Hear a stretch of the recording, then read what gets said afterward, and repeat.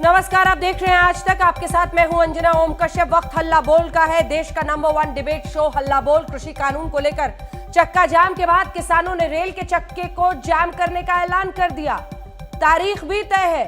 जी हां, सरकार के प्रस्ताव को मानने के मूड में नहीं है आंदोलनकारी किसान नेता, लेकिन कृषि मंत्री से लेकर प्रधानमंत्री तक लगातार आंदोलनकारी किसानों से अपील कर रहे हैं। बार बार पीएम ने विपक्ष पर निशाना साधते हुए किसानों को समझाया कि उन्हें गुमराह किया जा रहा है, लेकिन सियासत की फसल इस बार ऐसी लहरा रही है कि विपक्ष इस मौके को गंवाना नहीं चाहता।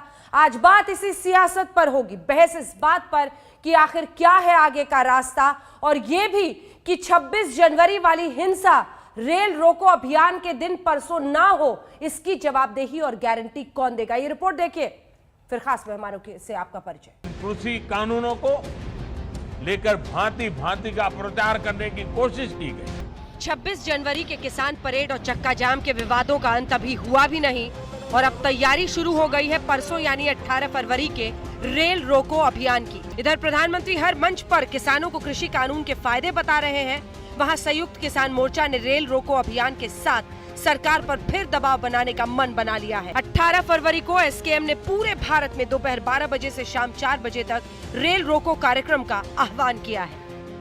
उग्र होने का कोई सवाल ही नहीं है, शांतिपूर्वक होगा।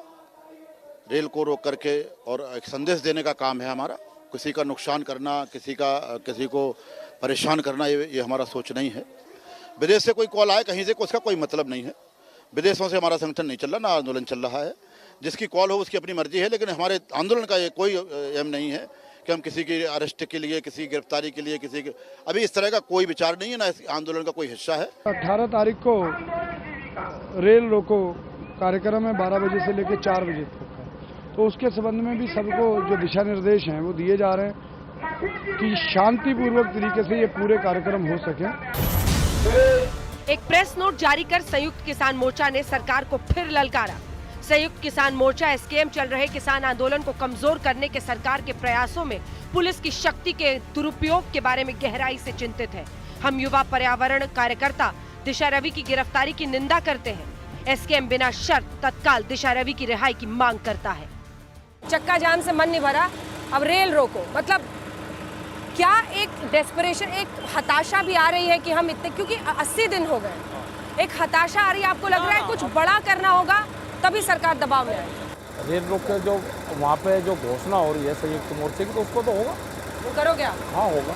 अच्छा, ये लगता नहीं दिक्कत होगी लोगों को उससे, देशवासियों उनको तो पानी पिलाएंगे, उनको फिर पानी पिलाएंगे। रोको, परेशान करो, फिर कहो पानी पी लो जी। नहीं, पानी पिलाएंगे। अच्छा, सरकार ने रेल रोक रखी, उस पर दिक्कत नहीं है। हम तो कह रहे हैं रेल चलाओ। इधर किसान आंदोलन नए सिरे से धधक रहा है और प्रधानमंत्री नरेंद्र मोदी ने आज यूपी के बहराइच में एक बार फिर कृषि कानूनों को किसानों का सुरक्षा कवच बताया। साथ ही विपक्ष को किसानों के बीच जमीन छिन जाने का झूठा डर फैलाने के लिए लताड़ा। सुहेल देव स्मारक के शिलान्यास पर प्रधानमंत्री ने कहा कि छोटे किसानों को फायदा होगा, बाजार से अन्नदाता को जोड़ रही है सरकार। राजनीति के लिए झूठ और अपप्रचार की ये पोल अब स्वयं किसान खोल रहे हैं।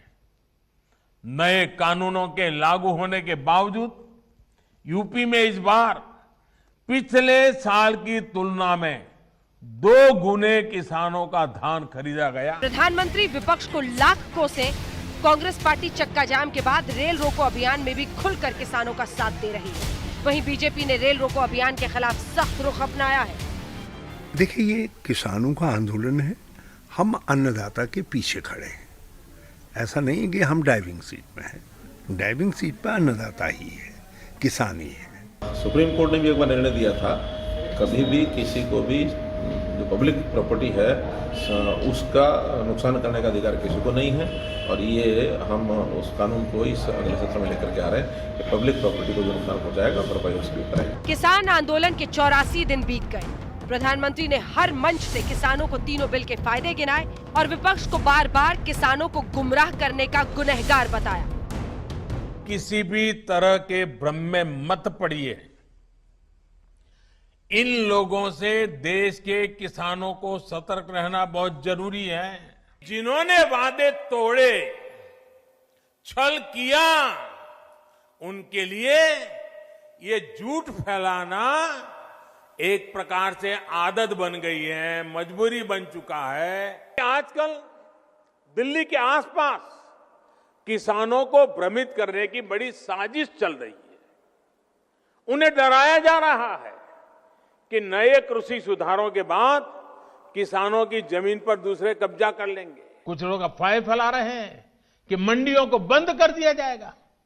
मैं आपको फिर ध्यान दिलाना चाहता हूं कि इन कानूनों को लागू हुए कई महीने बीत गए हैं। क्या आपने देश के किसी एक कोने में एक भी मंडी के बंद होने की खबर सुनी है? वो कहते हैं ऐसा हुआ तो ऐसा होगा, ऐसा होगा तो ऐसा होगा, ऐसा होगा तो ऐसा होगा।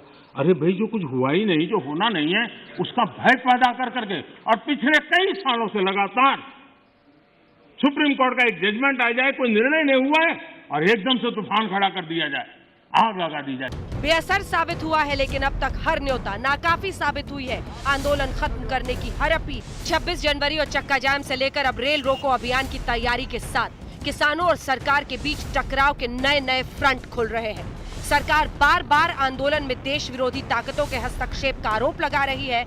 ऐसे में विरोध का ये बढ़ता तौर तरीका आखिर कहां पर जाकर रुकेगा? गौरव भाटिया, राष्ट्रीय प्रवक्ता भारतीय जनता पार्टी के, सुप्रिया श्रीनेत, प्रवक्ता कांग्रेस पार्टी की, युद्धवीर सिंह, जनरल सेक्रेटरी भारतीय किसान यूनियन के हमारे साथ जुड़ रहे हैं, चौधरी वीरेंद्र सिंह, किसान नेता हमारे साथ जुड़ रहे हैं। लेकिन बड़ी खबर के साथ हम शुरुआत कर रहे हैं, क्योंकि बीजेपी के अध्यक्ष जेपी नड्डा तमाम पार्टी में जो नेता किसान हैं, किसान नेताओं से मिलेंगे। ये रणनीति अब बन रही है भारतीय जनता पार्टी की तरफ से।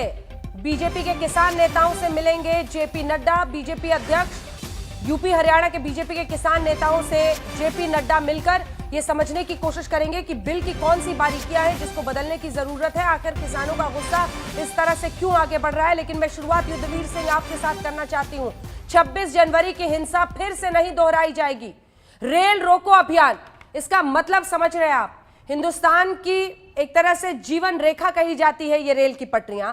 रेल रोको, क्या हासिल करना चाहते हैं आप? क्या साबित करना चाहते हैं? 18 को रेल रोको अभियान से क्या हासिल हो जाएगा युद्धवीर जी, जो आंदोलन करके, विरोध प्रदर्शन करके नहीं हो पा रहा है? अंजना जी, एक तो ये मैं बता दूं कि ये किसान रेल रोको कार्यक्रम जो दिया, ये ऐसा नहीं है कि ये इस देश में पहली दफे हो रहा। ये सत्तारूढ़ लोग जो आज सत्ता में बैठे हुए हैं, इन्होंने भी रेल रोको प्रदर्शन किए हैं और ये एक परिपाटी है। जनतंत्र में अपना विरोध जताने के लिए आदमी इस तरह की ये इस्तेमाल करता रहा चीजों के। आपने देखा चक्का जाम हुआ था, पीछे हमने चक्का जाम किया, एक इंसिडेंट कहीं नहीं हुआ। और अभी भी हमने अपने कार्यकर्ताओं को कहा कि किसी भी पैसेंजर को परेशानी ना हो, उनकी चाय का, पानी का, कोई छोटा बच्चा है उसकी दूध की व्यवस्था तुम लोगों को करनी है। हमारा किसी को परेशान करने का मकसद नहीं है। ये ध्यान आकर्षित करने का और अपना विरोध जताने का तरीका कोई हम नहीं, ये हमेशा से रहा है और हम भी उसका इस्तेमाल कर रहे हैं। और अभी प्रधानमंत्री जी को आपने कहते हुए सुनवाया हमें। प्रधानमंत्री जी कह रहे हैं कि इन कानूनों के आने के बाद दुगना धान खरीदा गया। वो बिल्कुल ठीक कह रहे हैं, दुगना खरीदा गया, लेकिन किस भाव से खरीदा गया प्रधानमंत्री जी ने कभी देखा? 1800 की बजाय 1200 में खरीदा गया। प्रधानमंत्री जी कह रहे हैं कि एक भी मंडी बंद हुई, इन्हीं की रिपोर्ट है 63 मंडियां मध्य प्रदेश में बंद हुई हैं। प्रधानमंत्री जी कह रहे हैं कि वायदा तोड़ने वाले शोर मचा रहे हैं। प्रधानमंत्री जी ने रिकमेंडेशन की थी कि एमएसपी पे को कानूनी जामा पहनाया जाए, ये 2011 की रिकमेंडेशन है। प्रधानमंत्री जी की पार्टी ने विरोध किया था मंडी एक्ट का संसद में जब ये विपक्ष में थे। प्रधानमंत्री जी की पार्टी के नेता विपक्ष अरुण जेटली जी ने मंडी कानून का विरोध किया था। और प्रधानमंत्री जी ने 2014 के मैनिफेस्टो में C2+50 का जो है वो वायदा किया था। वायदा तोड़ा किसने, ये बताएं आप। उनको मेरे साथ। युद्धवीर जी, एक सवाल है आपसे। आपका विरोध करने का अधिकार सिर आंखों पर, लेकिन झगड़ा सरकार से और आप निकालेंगे आम जनता पर। अगर किसी की मेडिकल इमरजेंसी हुई, बच्चों को परेशानी होती है डिले होने से, कहीं पर मारपीट की नौबत आती है, किसकी जवाबदेही होगी युद्धवीर से? नहीं, जवाबदेही निश्चित तौर पे मैंने पहले ही आपसे कहा कि जो भी मतलब अप्रिय घटना नहीं होनी चाहिए, हमने अपने पूरा जो है उसको चाक चौबंद करके हमने अभी पीछे झगड़ा सरकार से, चक्का जाम आपने सरकार को मुश्किल में डालने का जनता पर क्यों निकालते हैं? ये सारे तरीके अब ये जनता गारंटी को तो परेशान करने के क्यों होते ये हैं? गारंटी तो किसान आंदोलन में डेमोक्रेसी में आंदोलन करने का अधिकार दिया गया है। और ये जो तरीके हैं ये किसान आंदोलन में किसान नहीं है, अख्तियार खाली हम नहीं अपना रहे हैं। ये तरीके पहले भी अपना विरोध दर्ज कराने के लिए अपनाए जाते रहे हैं और बीजेपी सैकड़ों दफे इसको इस्तेमाल कर चुकी है अपने इन राजनीतिक सफर में। तो आज ये हम पे सवाल क्यों उठाए जा रहे हैं? हमको साधु बना के बैठा दिया जाए कि हमारा शोषण होता रहे और हम अपनी आवाज ना उठाएं। गौरव भाटिया जी जवाब दीजिए। युद्धवीर जी की बात का मैं जवाब देता हूं। आपने ध्यान दिया अंजना जी इन्होंने क्या कहा? इन्होंने कहा हमने पिछली बार भी प्रदर्शन किया था और एक इंसिडेंट नहीं हुआ। अंजना जी सिर्फ तिरंगे का अपमान हो गया था, खालिस्तानी समर्थक घुस गए थे, हमने देखा 400 पुलिसकर्मी घायल हो गए थे। आम जनता किस तरह से त्राही त्राही हो रही है वो जा नहीं सकती। और मैं एक सवाल पूछना चाहता हूँ युद्धवीर जी से। युद्धवीर जी, मुझे पूरा विश्वास है कि जिस भी समूह का आप नेतृत्व कर रहे हैं उसकी आस्था संविधान में होगी, सर्वोच्च न्यायालय में होगी। आप मुझे बताइए कि अगर ट्रेन के रास्ते कोई अपने परिजन को अस्पताल ला रहा हो और आप रोकें और उसकी जान चली जाए, क्या आप लोग वो जान इंसान की वापस कर पाएंगे? नहीं कर पाएंगे। दूसरी बात, ऐसा कोई मूल अधिकार नहीं है जो दूसरे के अधिकारों के पैरों पे खड़े होकर उसका हनन करे। ये सर्वोच्च न्यायालय ने कहा है आप आंदोलन भी करिए तो दूसरे नागरिकों के अधिकार का हनन ना हो, डेजिग्नेटेड साइट्स पे करिए और हिंसा नहीं होनी चाहिए। तीसरी बात, जब सरकार कहती है हम बातचीत करेंगे तो आप कहते हैं पहले कानून वापस लो। आप बताइए ये जिद्दी रवैया क्या ठीक है? अगर सरकार आपसे कहे पहले आप आंदोलन वापस लो तभी बातचीत होगी, ये जिद ठीक नहीं है, बातचीत करिए। चौथी बात, ये कहते हैं कानून वापस होगा। अंजना जी, आज 15 करोड़ किसान नरेंद्र मोदी जी के साथ खड़ा है इन कानूनों पे। ये एक ऐतिहासिक बदलाव है और लोकतांत्रिक तरीके से आया है। अब आप मुझे बताइए कि कुछ किसान संगठन जिनसे हम बातचीत कर रहे हैं उनके दबाव में अगर आज हम वापस कर लें और कल दूसरा आंदोलन खड़ा हो जाए इससे 10 गुना बड़ा, वो कहें ये कानून अच्छे थे आपने वापस कैसे किया? ऐसे लोकतंत्र नहीं चलता है अंजना जी। लोकतंत्र चलता है संविधान से, संसद में कानून पारित होता है और उच्च न्यायालय या सर्वोच्च न्यायालय तय करता है वो संवैधानिक है या नहीं।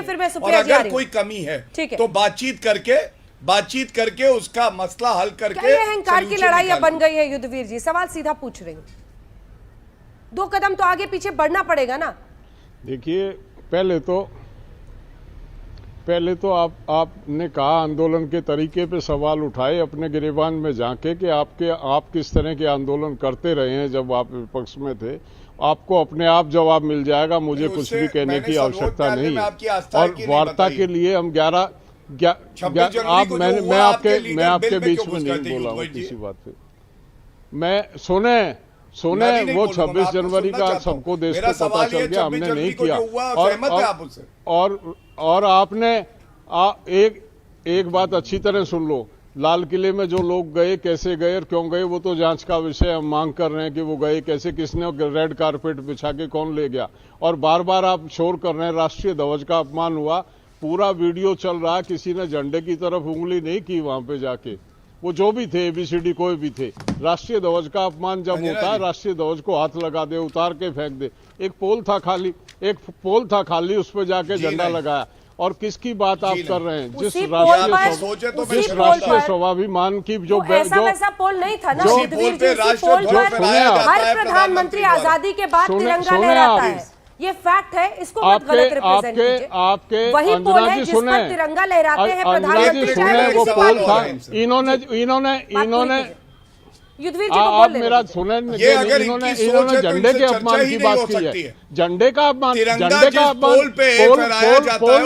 के अपमान की बात कर रहे हैं या झंडे के अपमान की बात कर रहे हैं? आप झंडे के अपमान की बात कर रहे हैं, पोल के अपमान की बात कर रहे हैं?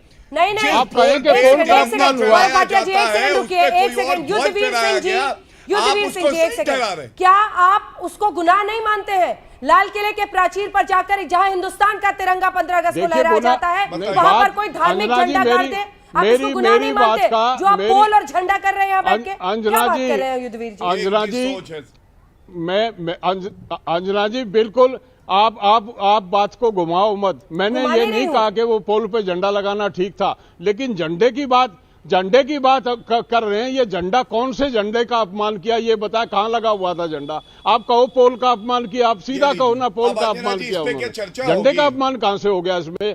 एक पोल पे अच्छा दिल्ली पुलिस वहां बैठी है, महासचिव है, इतने सालों से आपसे बातचीत कर रही हूँ, आप कैसी बात कर रहे हैं? आप लाल किले पर कह रहे हैं कि पोल का अपमान हुआ उस दिन। अंजना जी आप कैसी बात, मतलब झंडा ये मतलब आप झंडे की बात कर रहे हैं, लाल किले के अपमान की बात करो ना। अपना धार्मिक झंडा जाके वहां पर गाड़ देगा, राष्ट्रीय ध्वज जो है हमारी जान, कल को कोई दूसरे धर्म का झंडा वहां जाकर गाड़ देगा। राष्ट्रीय ध्वज हमारी जान है। हाँ। हमको राष्ट्रीय ध्वज की महत्ता हमको भाटिया जी नहीं बता सकते। हमको पता है, हमारे बच्चे उसमें बॉर्डर से लिपट के आते हैं, हम जान छिड़कते हैं उस झंडे के ऊपर। ये नहीं बताएंगे हमें, वो पता है हमको। कभी देखा है आपने? हमने मतलब अपने बच्चे देते हैं उस झंडे में लिपट के आते हैं, प्राउड होता है कि हमारा बच्चा झंडे में लिपट के आया। इस पे चर्चा नहीं हो सकती है, राष्ट्रीय चर्चा नहीं होगी इस पे। तिरंगे पे चर्चा नहीं करेंगे हम आपसे कि पोल का अपमान हुआ कि तिरंगे का। हाँ, आप क्या बोल रहे हैं? आप क्या जाने तिरंगा क्या होता है? आपने तिरंगा कभी हाथ में नहीं लिया। मैं आपसे पूछ रहा हूँ, देश की जनता देख रही है आपको, इसीलिए हम कह रहे हैं। मैंने ये नहीं कहा, फिर गलत कह रहे हैं। आपके शोर मचाने से कुछ नहीं होता, वहाँ तिरंगा था नहीं। अपमान आप करो, वो आप कहो चर्चा करना चाहते हो, मत करो ऐसी चर्चा। ये चर्चा का विषय ही नहीं है। आप तिरंगे को क्या जानो यार भाटिया जी, आपको क्या पता तिरंगे की महत्ता क्या? बीजेपी के लोग तिरंगे को जानते ही नहीं। राकेश टिकैत ये सवाल लीजिए, चलिए मैं बीजेपी करने नहीं आया हूँ। बीजेपी के लोग तिरंगे को जानते ही नहीं फहराया जाएगा, खत्म। ना इफ ना बट, आप जानते नहीं तिरंगा। आप कहो पोल का अपमान हुआ, आप कहो पोल का अपमान हुआ, तिरंगा कहाँ से आ गया? रुक जाइए एक सेकंड, गौरव जी युद्धवीर जी को बात पूरी करने दीजिए। आपकी खुल गई है, खुल चुकी है आपकी। एक सेकंड, चौधरी वीरेंद्र सिंह जी आ रहे हैं। एक सेकंड, जल्दी से एक बार सुप्रिया श्रीनेत से एक रिएक्शन ले लेने दीजिए। सुप्रिया जी से एक रिएक्शन ले लीजिए। सुप्रिया जी, क्या रेल रोको अभियान में भी कांग्रेस पार्टी का समर्थन रहेगा जो परसों होने वाला है? सवाल यह है कि टकराव का लेवल धीरे धीरे बढ़ता जा रहा है सरकार और किसान नेताओं के बीच में, लेकिन कहीं ये टकराव देश को भी प्रभावित करता है कई स्तर पर। आपका समर्थन रहेगा 18 को?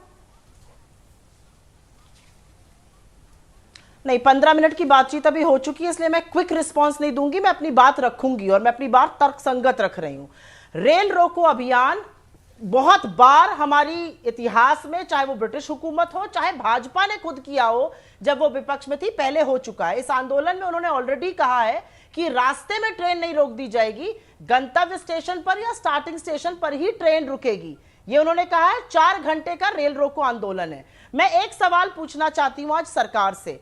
आज रेल रोको पर इतनी दिक्कत है, लेकिन इन रेलों को चलाया क्यों नहीं जा रहा? इस देश में हवाई जहाज, कैब, गाड़ियां, सब कुछ, बस सब कुछ चल सकता है, लेकिन रेल अभी तक 65% कैपेसिटी पर चल रही है। मुझे नहीं पता बहुत लोग जानते हैं कि नहीं यहां पर। अब अगर आपको 100 किलोमीटर कर भी दूरी पर जाना है तो आप 100 किलोमीटर का टिकट नहीं लेते हैं। कोविड स्पेशल ट्रेन के नाम से चलाया जा रहा है और कम से कम टिकट आपको 500 किलोमीटर की दूरी का लेना है। यह कोविड स्पेशल के नाम पर लूट मची हुई है। अब कोई भी कंसेशन, विकलांग कंसेशन, स्टूडेंट कंसेशन, वृद्ध कंसेशन, सब कुछ बंद कर दिया गया इस दौरान। 500 किलोमीटर का कम से कम टिकट लिया जाएगा। 65% पे कैपेसिटी है। जनरल में भी रिजर्वेशन चाहिए और ऑनलाइन ही सब कुछ हो रहा है। तो मुझे आप ये बात बताइए कि रेलवे के इतने हिमायती सब लोग बन रहे हैं, रेलवे को चलाइए तो। काहे ट्रेनें आपने रोकी हुई हैं? रोने के लिए नहीं, चर्चा का विषय रेलवे था ना, इसलिए मैं रेलवे की बात कर रही हूं। आज क्या दिक्कत हो गई है कि रेलवे को प्राइवेटाइज करना है, रूट तय करने हैं प्राइवेट ऑपरेटर्स के लिए, इसलिए रेलवे चलाई नहीं जाएगी। मैं एक बात और बोलना चाहती हूं, पब्लिक प्रॉपर्टी है रेलवे, हम सबका कर्तव्य बनता है कि पूरी शांतिपूर्ण से उसके ऊपर कोई क्षति ना पहुंचे, लेकिन क्षति तो नेशनल हाईवेज को पहुंचाई गई है, राष्ट्रीय राजमार्गों को खोद दिया गया है, कीलें गड़वाई गई है, बॉर्डर गड़वाए गए। तो मुकदमा अमित शाह, नरेंद्र मोदी जी, खट्टर और चौटाला पर होना चाहिए या नहीं होना चाहिए? हमारी पब्लिक प्रॉपर्टी को जो जनमानस के टैक्स से बनती है उसको नष्ट करने का अधिकार किसने दे दिया? ये तो निर्वाचित सरकारों ने इतिहास में पहली बार किया है। ये वो तो आंदोलनकारी हैं, आप तो सरकार है, आपने ऐसा क्यों कर डाला ये बताइए मुझे। और चक्का जाम जब हुआ था तो पूर्ण शांतिपूर्ण ढंग से हुआ था। पीएम अपील कर रहे हैं, आज भी अपील कर रहे हैं, 84 दिन हो गए, आज भी कह रहे हैं आप भ्रमित मत होइए। अरे आप समझिए तो कि ये अपने हक के लिए लड़ते हुए किसान हैं, ये छोटे बच्चे नहीं है जो दूध पी रहे हैं और भ्रमित हो रहे हैं। 200 लोगों की शहादत हो गई है मोदी जी, कहीं पर तो इनके लिए भी एक श्रद्धांजलि। गौरव जी जल्दी से जवाब दीजिए, फिर मैं चौधरी वीरेंद्र सिंह फौरन आपके पास आ रही हूं, जल्दी से इसका एक जवाब। बिल्कुल, देखिए ये स्वाभाविक बात थी जो कही कांग्रेस की प्रवक्ता ने। रेल रोको से इनको दिक्कत नहीं होगी क्योंकि इनके जो 50 साल के अपरिपक्व बालक है वो चार्टर फ्लाइट लेते हैं, इटली चले जाते हैं।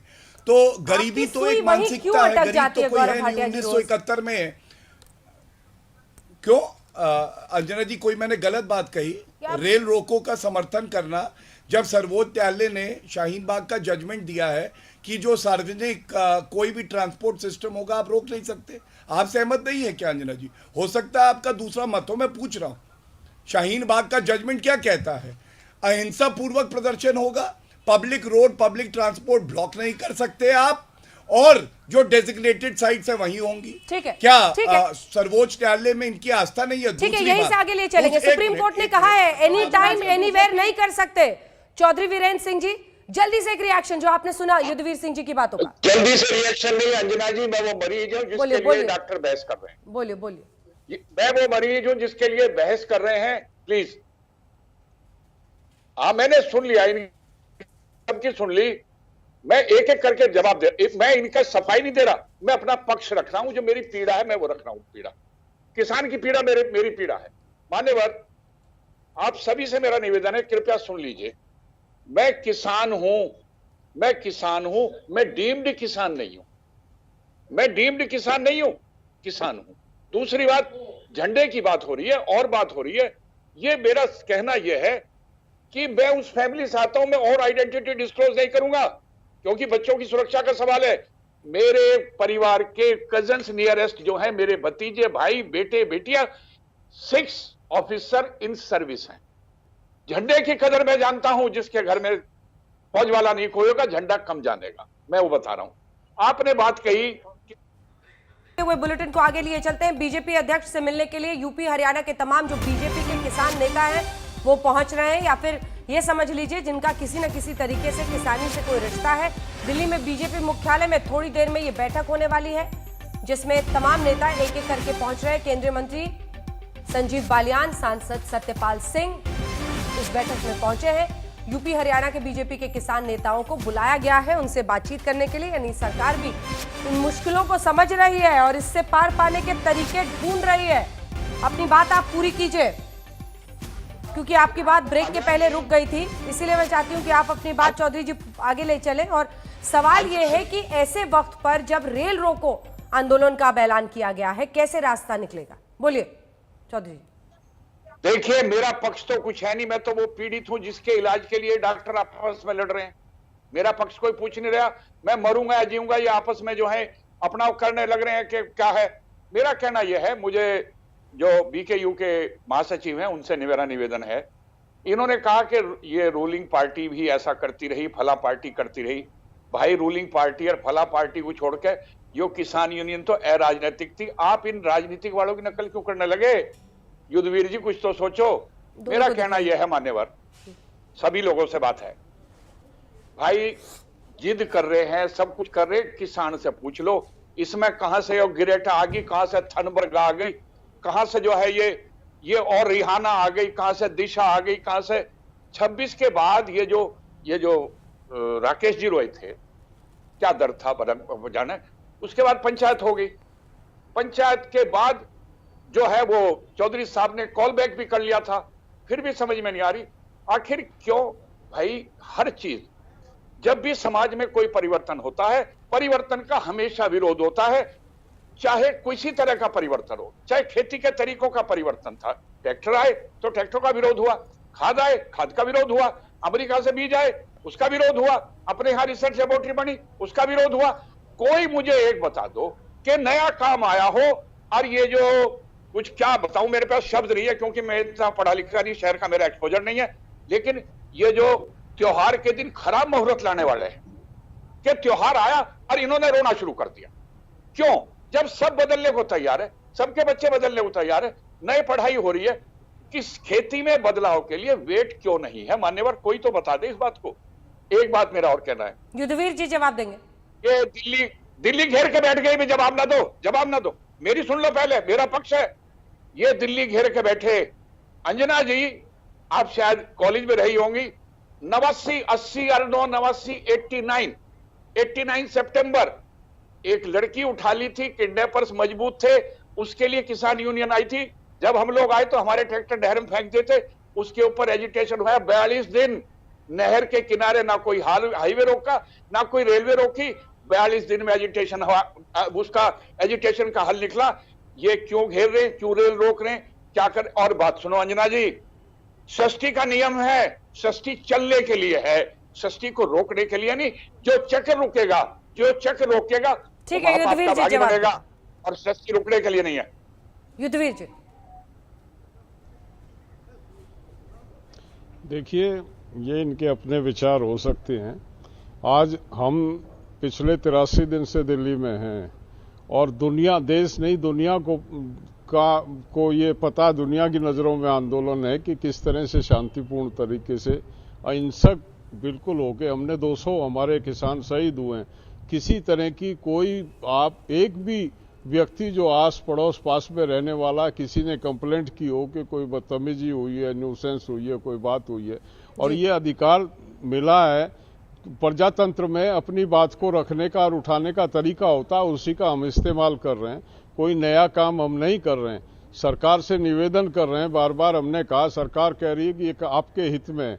हमने बता दिया कारण, सरकार ने स्वीकार किया कि इसमें हम 18 संशोधन करने के लिए तैयार हैं, यानी कि 18 त्रुटियां सरकार मान रही है। हम ये कह रहे हैं कि ये टोटल, और जो अरुण जेटली जी का जो बयान था, उन्होंने कहा था कि कॉन्ट्रैक्ट फार्मिंग ने यूरोप और अमेरिका को बर्बाद किया, हमारे देश का किसान भी बर्बाद हो जाएगा, कृषि मजदूर बन के रह जाएगा। ये राज्यसभा में आधिकारिक तौर पे उन्होंने बयान दिया था। सुषमा स्वराज जी का बयान था। और मैं वीरेंद्र सिंह जी को एक बात याद दिला दूं, आज उस महान किसान नेता की जयंती है, सर छोटूराम की, जिन्होंने 1938 में इस मंडी को स्थापित किया था।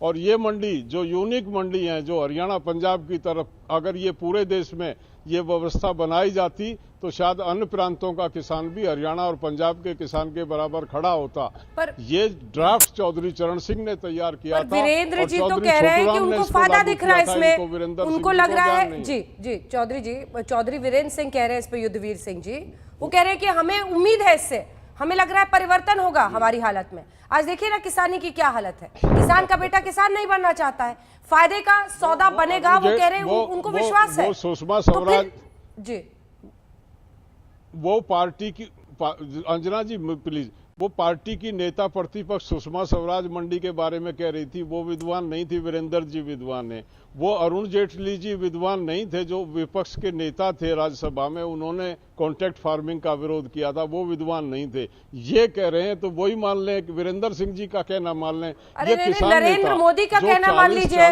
नरेंद्र मोदी भी तो लोकसभा राज्यसभा में खड़े होकर कह रहे हैं ना, वो कह रहे हैं कि इससे फायदा होगा। नहीं तो कहिए कि वो बिल्कुल मानने लायक नहीं है, ये कहिए। देखिए नरेंद्र, आप अंजना जी सुने, नरेंद्र मोदी जी ने 10 दफे ये कहा है, एमएसपी थी, एमएसपी है, एमएसपी रहेगी।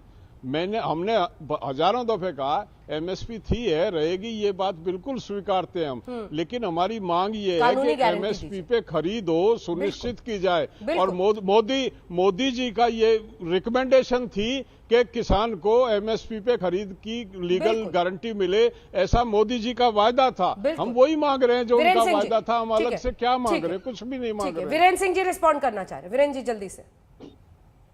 मैं जल्दी से ये बता रू, देखो मुझे नहीं मालूम मेरे शब्दों का क्या अर्थ लगाया जाएगा, मैं इतना एक्सपर्ट नहीं हूं इस मामले में, पर मैं एक बात बताऊं, प्रसव पीड़ा महसूस करे बगैर उस दर्द को कोई बयान शब्दों से सुन के नहीं कोई बयान कर सकता। जो किसान का दर्द है, सारी समस्या अंजना जी है, इस किसान का इलाज नॉन फार्मर या डीम्ड फार्मर या जो खेती नहीं कर रहे, अरे गांव में जाके गांव में बैठो, इस पंचायत को अंजना जी गांव में लेकर आओ, इन्हें स्टूडियो से निकलो, स्टूडियो से निकल के गांव में आओ। और ये जो बैठे ना कुर्ता पजामा पहन के, मैं बुरा ना मानियो भाई, ये जो कुर्ता पजामा वाले भाई, इन्हें छोड़ दो दिल्ली वालों को, इन्हें गांव में आ जाओ। अंजना जी आपका सारा दर्द पता लग जाएगा सारा। मैं एक बात बताऊं आपसे अंजना जी, पिछले साल अंजना जी, ये मंडी के मैं बता रहा हूं, ये जो बता रहे हैं कि नुकसान, पिछले वर्ष गन्ना मंदा था, 215 से 220 रुपए क्विंटल था, क्योंकि मंडी का टैक्स लगता था और कोल्ड स्टोर में कुल 1.5 लाख क्विंटल गया था। अब की बार 4-5 गुना ज्यादा जा लिया है, क्योंकि मंडी हट गई है। गन्ने का दाम जो फायदा हुआ, वो गन्ने का दाम ट्रांसफर हो गया 215 से 270 कोल्हू में। इसका प्रैक्टिकल आके देख लो, या मैं आप पे वीडियो भिजवाऊं। दूसरी बात मेरी यह है बहन जी, जल्दी से नहीं मैं जल्दी बता रहा हूं कि गन्ने के किसान तो कॉन्ट्रैक्ट फार्मिंग कर रहे हैं। और एक बात और बता दूं, याद कर लो, याद रख लेना, हमारे नेताजी जो है राकेश जी सिसौली वाले, ये राकेश जी के भाई हैं नरेंद्र जी। नरेंद्र जी अभी 3 दिन पहले ट्रैक्टर पे थे। ये तो शुगर मिल में सर्विस करते हैं, तो किसकी कॉन्ट्रैक्ट फार्मिंग कर रहे हैं ये बताओ ना। ये उपदेश और क्यों दे रहे भाई? अगर मिल में नौकरी कर रहा, ट्रैक्टर कहां चला रहा? और ट्रैक्टर चला रहा तो किसके खेत में चला रहा? ये तो सबूत था आपके सामने। अब भाई ये तो खेती करने वाले लोग हैं। ये राकेश जी बेचारे देश के किसानों के दर्द में ये दुबले हुए जा रहे हैं। ये पिछले कई मतलब 70-80 दिन में बहुत वजन घट गया इनका। ये दुबले हुए जा रहे, इनकी खेती कौन कर रहा अगर ये कॉन्ट्रैक्ट नहीं कर रहे? तो ये एक बात मैं बताऊं अंजना जी, ठीक है युद्धवीर जी, एक छोटा सा इसका जवाब दीजिए। बेरोजगार राजनीतिज्ञों की फौज है, बेरोजगार। उसके बाद मैं दोनों गौरव भाटिया जी और सुप्रिया जी के पास जाऊंगा। ठीक है चौधरी साहब, जल्दी से युद्धवीर जी। वीरेंद्र जी ने जो कहा है, ये कोई भी आदमी समझ सकता है कि ये क्या कहना चाह रहे हैं। इनका निजी कोई द्वेष हो सकता है। ये कोई मुद्दा जो राष्ट्रीय पूरे देश के किसान का मुद्दा है, ये राकेश टिकैत और उसके भाई पे केंद्रित करते हैं। वो इनकी मानसिकता को दर्शा रहा है कि ये अपने आप को किसान होने का सर्टिफिकेट देते हैं, बाकी ना किसी को खेत है ना किसी को खेती है। ये तो दुनिया कुर्ता पजामा पहनती है, ये क्या पहन रहे हैं उसका मुझे पता नहीं। ऐसी भाषा का इस्तेमाल अशोभनीय लोगों को आप जैसे चैनल पे बैठा देते हैं। क्या इनका स्टेटस है? क्या ये कह रहे हैं? क्या ये बात कर रहे हैं? अरे बात करो, मुद्दा है, ठीक है, कानून पे बात करो। उनकी बात पर आपत्ति कीजिए, आप उनकी बात पर आपत्ति कीजिए युद्धवीर जी, ठीक है। नहीं, लेकिन स्टेटस देखकर बुलाना है नहीं बुलाना है ये हम तय करेंगे। ये कुर्ता पजामे की बात कर रहे हैं। अंजना जी, इन्होंने भी कुर्ता पजामा पहना होगा ना। ये क्या कहना चाह रहे हैं? ये ठीक है, है, क्या कहना चाह रहे हैं? लेकिन स्टेटस ये क्या कहना चाह रहे हैं? कुर्ता पजामा, ये कोई ये आपकी आपत्ति आपने दर्ज करा दी, बिल्कुल सही है। राकेश के भाई की बात करते हैं, सवाल उठाना वैसे भी बेमानी है। उसका सवाल उठाना कपड़ों पर वैसे भी बेमानी है, बेकार है। निजी आगे का रास्ता बिल्कुल सही है, आपकी ये बात सही है। 3 कानूनों पे बात कर रहे हैं, 3 कानूनों पे बात कर रहे हैं। गौरव भाटिया जी, सुप्रिया जी, दोनों से कंक्लूडिंग रिमार्क, जल्दी से कंक्लूडिंग रिमार्क। गौरव भाटिया जी वो कह रहे हैं कि पलट गए, आपके जो पहले के नेता बोलते थे उससे पलट गए, और खुद मोदी जी भी एमएसपी की बात करते थे, आज कानूनी गारंटी देने को तैयार नहीं है। जल्दी से इसका जवाब दीजिए, फिर मैं सुप्रिया जी आपके पास।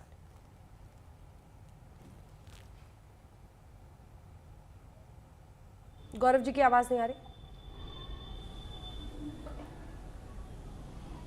मैं आ सकती हूँ? ऑडियो नहीं आ रहा, जल्दी से आप बोल लीजिए सुप्रिया जी, फिर मैं आ रही हूँ। गौरव जी का ऑडियो ठीक कीजिए। सुप्रिया जी।